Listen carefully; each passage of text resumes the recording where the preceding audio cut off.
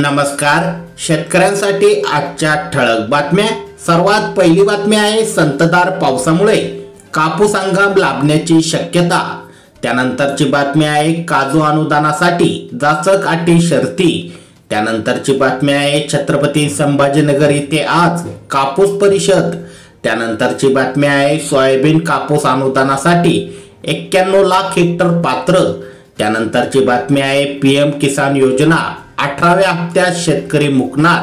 13,000 खाती आधार लिंक विना कोल्हापूर जिल्ह्यातील स्थिती. त्यानंतरची बातमी आहे शेतकरी दुहेरी संकटात. भातावर खोडकीड तर ऊसावर लोकरी माव्याचा प्रादुर्भाव. त्यानंतरची बातमी आहे कोल्हापूर बाजारात टोमॅटो दरात वाढ. कोथिंबीरचे अचानक दर घसरले. कांद्याची आवक वाढली. त्यानंतरची बातमी आहे छत्रपती संभाजीनगर परिमंडळात 3,653 जणांना सूर्यघर योजनेचा लाभ. त्यानंतरची बातमी आहे तुम्ही ताकद द्या, लाडकी बहीणचा निधी वाढवू, मुख्यमंत्री एकनाथ शिंदे. त्यानंतरची बातमी आहे शेतकऱ्यांना 25% अग्रिम विमा रक्कम देण्याचे आदेश. त्यानंतरची बातमी आहे खानदेशात पावसाने पीक हानी सुरूच. त्यानंतरची बातमी आहे नाशिक जिल्हा बँकेकडून 600 कोटीवर पीक कर्ज वाटप. त्यानंतरची बातमी आहे सांगली जिल्ह्यात ऊस लागवडीला गती नाहीच. त्यानंतरची बातमी आहे सोयाबीन अनुदानासाठी आधार संमती पत्र भरून द्या, कृषी सहाय्यकांचं शेतकऱ्यांना आव्हान.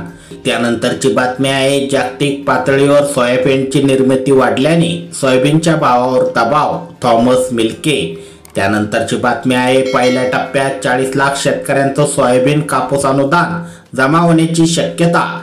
त्यानंतरची बातमी आहे जागतिक बाजारात पाम तेलाचे भाव वाढले, मलेशियाला होतोय फायदा.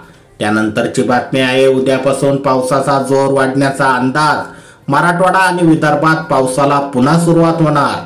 त्यानंतरची बातमी आहे नाफेडच्या कांदा खरेदीत चोफेर भ्रष्टाचार. त्यानंतरची बातमी आहे शेतकऱ्यांना पीक कर्ज वाटपाकडे राष्ट्रीय खासगी बँकांचा कानाडोळा.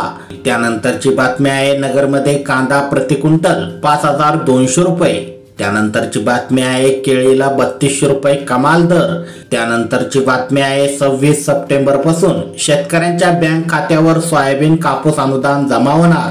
कृषी मंत्री मुंडे यांनी दिली माहिती.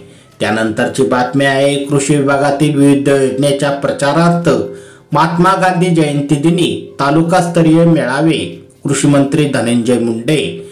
तर अशाच प्रकारच्या शेतीविषयक बातम्यांसाठी आपले चॅनल नक्की सबस्क्राईब करा आणि बेल आयकॉन नक्की दाबा. धन्यवाद.